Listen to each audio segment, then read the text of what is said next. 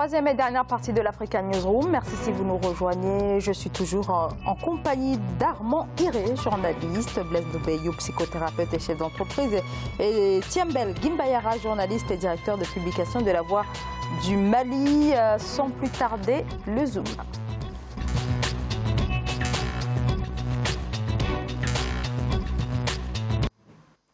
Le Mali introduit la taxe dite Kaberuka, taxe de 0,2% sur les importations destinée au financement de l'Union africaine, dont plus de 54% du budget 2019 proviendra de donateurs étrangers. Le Mali rejoint ainsi la vingtaine d'autres États sur 55 ayant adopté la mesure. Ange Bijou Menio. Pour financer le budget de l'Union africaine, l'État malien va introduire une nouvelle taxe de 0,2% sur toutes ses importations. Le projet de loi instituant le prélèvement de l'Union africaine au territoire malien a été adopté en Conseil des ministres. Ce mode de financement devrait permettre à l'organisation panafricaine d'être moins dépendante des financements extérieurs. Nous sommes tous dans le chantier de la construction de l'unité africaine. Les deux décennies ont été marquées par des contributions ponctuelles, notamment de la Chine. Il y a également des financements de l'Inde et quelques contributeurs. Mais est-ce qu'une véritable commission, à l'image de l'Afrique, doit-elle continuer à vivre la part des dons ponctuels? Dans cette taxe se justifie, il faut permettre à l'Union africaine d'avoir des ressources pérennes, des ressources structurelles permettant à l'Union africaine de pouvoir maintenant maintenir ses opérations de maintien de la paix sur le continent. Le Mali rejoint ainsi une vingtaine d'autres nations ayant déjà adopté la mesure, tandis que les pays d'Afrique australe, avec à leur tête l'Afrique du Sud, continuent de résister, rejetant d'emblée la mise en vigueur de cette taxe sur leur territoire. Lorsque vous regardez la structure des économies africaines, elle est tout à fait différente. Vous avez certains pays qui étaient réticents comme le Nigeria, même l'Afrique du Sud, parce que ces pays, en réalité, doivent attirer des investisseurs dans leurs économies. Donc une telle taxe pourra créer un choc inflationniste par rapport aux investissements de ces grandes entreprises internationales qui interviennent dans les différents pays. Donc les raisons des uns et des autres sont tout à fait justifiées, mais le chantier d'intégration reste en marche. Selon les estimations, cette nouvelle orientation fiscale, si elle venait à être implémentée dans les 55 pays africains, pourrait générer jusqu'à 1,1 milliard d'euros par an. Le Mali qui intègre donc le protocole, une avancée, mais on sait que plus de la moitié des pays africains n'ont pas encore accepté d'initier le processus. Ce sont quand même des pays comme l'Afrique du Sud, des pays surtout d'Afrique australe. Est-ce que cette démarche d'autofinancement de l'Union africaine peut avancer sans les poids lourds du continent? Non, je dirais tout de go non. Et moi, ce qui me gêne dans ce thème, c'est ils emploient un thème où on parle de recommandations pour réduire les financements extérieurs. Mais pourquoi on parle de réduction? Je pense qu'ils doivent instaurer ces genres de taxes pour qu'il n'y ait plus de financement extérieur. C'est-à-dire que jusqu'à aujourd'hui, on a des problèmes. On va rester dans les soucis financiers pour que, on va dire, l'organe dirigeant de l'Afrique soit financé par des nations occidentales ou bien des pays étrangers. Moi, franchement, je n'arrive pas à percevoir ça dans mon entendement. C'est un sujet qui quand je l'ai vu tout à l'heure, j'ai été ahuri parce que je suis étonné qu'on revienne encore au sommet de Kigali, alors que sous la présidence du Gabonais Jean Ping, on avait déjà amorcé cette question. Pourquoi des années plus tard, nous en sommes encore là? C'est que c'est difficile de mettre tout ça en place. La mise en place prend du temps. C'est vrai qu'il faut encourager cette dynamique de pouvoir imposer cette taxe Kaberuka à l'ensemble des pays africains. Je suis d'accord avec vous qu'il ne faut plutôt pas parler de diminution d'aide extérieure. Il faut surtout parler d'annulation d'aide extérieure pour que l'Afrique puisse financer sa politique.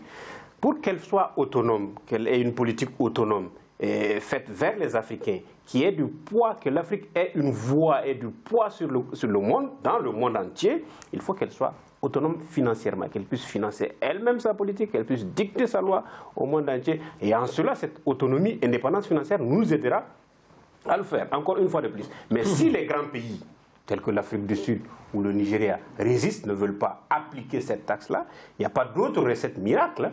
Si on n'est pas indépendant économiquement, on ne peut pas, on a beau dire des incantations, on ne peut pas dicter notre loi, on n'a pas les moyens de notre politique, On ne pourra jamais s'imposer. C'est parce que, à mon humble avis, c'est parce que ceux-là pensent que l'Union africaine, c'est une caisse de résonance, que ça n'apporte rien à l'Afrique. Alors, est-ce que ce ne sont pas deux lignes, on va dire, qui s'affrontent au sein de l'Union africaine? La première, donc, autour de l'ex-président en exercice de l'Union africaine, autour de Paul Kagame, qui défend l'autonomie, notamment financière, et l'autre, peut-être, autour de l'actuel président Al-Sisi, qui n'est pas tout à fait, en tout cas, qui ne porte pas suffisamment cette question de l'autonomie financière de l'institution. Alors moi, je suis toujours surpris qu'on prenne les choses un peu à l'envers. On parle de l'Union africaine comme l'institution qui chapeaute les États africains. Est-ce que les États africains sont indépendants? Est-ce qu'économiquement, ces États africains sont autonomes? Soyons cohérents. Si les États africains n'arrivent pas entre eux, même par zone, vous prenez les zones CFA, la zone de l'Afrique de l'Ouest, la zone de l'Afrique centrale, qui sont dépendants, eux, de la France, qui a un droit de veto dans les zones CFA de l'Ouest, de la zone CFA de l'Est, sur ce qu'on décide de notre économie dans nos pays, vous vous étonnez... C'est qu'elle conteste officiellement. Voilà, et vous... bien entendu, mais c'est dans les textes et tout le monde peut le dire. Vous vous étonnez après que ceux qui sont au-dessus de nous soient dans la même panade. Mais ça, ce n'est que cohérent. Qu'on prenne un peu par cette taxe 2%, pourquoi pas? Mais est-ce que ça rendra ces pays autonomes en 0,2%. 0,2%. D'abord, c'est important, mais c'est pas. Moi, le débat ne se joue pas là. Moi, je l'ai dit tantôt, on me le parlait en off, c'est que déjà, les États africains réfléchissent sur une autre manière de s'autodiriger et de commercer entre eux. On est tous tournés vers l'extérieur. Même par nos paradigmes mentaux, notre façon d'imaginer le monde, on l'imagine encore vers l'extérieur. Recentrons-nous sur nos valeurs, sur ce que nous sommes d'abord. Réfléchissons ensemble. Ça va être un long processus parce qu'on a été aliénés longtemps, mais on va travailler dessus pour d'abord se recentrer sur nos vraies valeurs. Une fois qu'on les aura recentrées, qu'un ennemi, un Malien n'est pas l'ennemi d'un Camerounais, un Gabonais n'est pas l'ennemi... Bien entendu,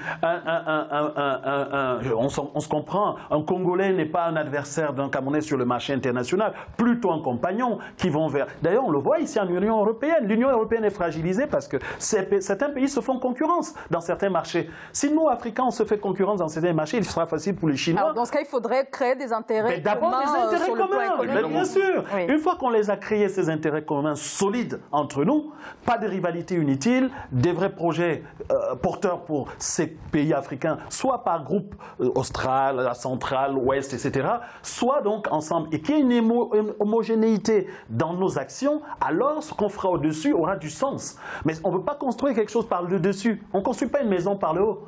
On la construit dans ses fondations. Créons les fondations d'une maison africaine solide, homogène, et là on aura le toit qui se mettra d'office, et il sera solide. Clément, il y aurait des préalables donc qui n'ont pas encore été posés. Pardon ? Des préalables donc qui n'ont pas été posés avant l'instauration de cette taxe qui visiblement n'avance pas. Il est évident qu'il y a des pays qui traînent des pieds en faisant en griffe une sorte de mauvaise foi, mais je pense qu'il y a quand même 20 pays. Aujourd'hui, avec le Mali qui s'ajoute, il y a quand même 20 pays qui sont partants pour cette taxe et ça peut être le point d'ancrage pour que vraiment l'Union africaine retrouve sa souveraineté. Les autres, pourquoi est-ce qu'ils traînent des pieds? Est-ce parce qu'ils savent que c'est une caisse de résonance, comme je le disais tout à l'heure? Mais c'est à nous, Africains, de faire de cette entité-là une entité importante pour l'Afrique. Pas forcément calquée sur le modèle de l'Union européenne, parce que quand ils ont changé le nom, je me suis dit, mais pourquoi forcément l'Union africaine? On avait dit Organisation de l'unité africaine. Il faut organiser cette unité-là parce que jusqu'à présent, nous ne sommes pas encore unis. On ne doit pas forcément copier. C'est ce que M. Blaise disait tout à l'heure sur ce plateau. Donc moi, personnellement, le souci majeur que j'ai aujourd'hui, je prends que tous les autres pays de l'Afrique, on parle de 55 pays membres de l'Union africaine, il y a 20 qui ont adopté cette taxe. Il faut que les 15 autres pays... Dans les leaders, les 28... Les 25 autres. Là, on est à 25. Non, 35. Les 35 autres, vous voyez, c'est énorme, les 35 autres pays, et surtout des dinosaures comme le Nigeria ou l'Afrique du Sud, qui s'emboîtent et puis étirer le reste de la locomotive pour que véritablement cet instrument régional qui a son sens. On a parlé tout à l'heure de faire en sorte de commercer entre nous, de trouver un cadre vraiment homogène de relations commerciales et pourquoi pas même politiques. C'est un instrument par lequel l'Afrique peut passer pour véritablement être sur le toit du monde et pourquoi pas traiter d'égal à égal avec le reste des nations. Oui, mais vous parlez d'un continent qui a 30% des réserves du monde. 30%. Donc on se rejoint. On est d'accord. Tous les pays puissants du monde se tournent vers l'Afrique pour se servir. Aujourd'hui, on est assis, on marche sur de l'or, de l'uranium, du pétrole, du manganèse. Toutes les richesses sont chez nous, 30% de réserves. Comment nous n'arrivons pas à nous organiser? Pourquoi? On nous a même dit que l'uranium n'a plus sa valeur d'antan. Mais peu importe, c'est nous qui décidons. Non, mais le problème, c'est qu'ils font en sorte de ne même plus donner de valeur à nos matières premières. Alors, ce qui est marrant, c'est que les pays qui ont assis leur monnaie sur l'or, la France qui a des tonnes d'or, qui assure la valeur de sa monnaie, les États-Unis, etc., l'ont pris où cet or? C'est en Afrique, au Mali, il y a l'or un peu partout. Nous, on est assis dessus, on a des réserves. Donc organisons-nous pour réorganiser notre économie, pour que ces pays africains s'unissent vraiment. Voilà. Et moi, j'ai toujours parlé de plusieurs Afriques. Ça choque parfois, mais il y a plusieurs Afriques. L'homogénéité en Afrique, on ne la décrète pas. Une Afrique d'Alger. Là, vous êtes en train de découper l'Union africaine. Non, je ne la découpe pas. Je ne la découpe pas.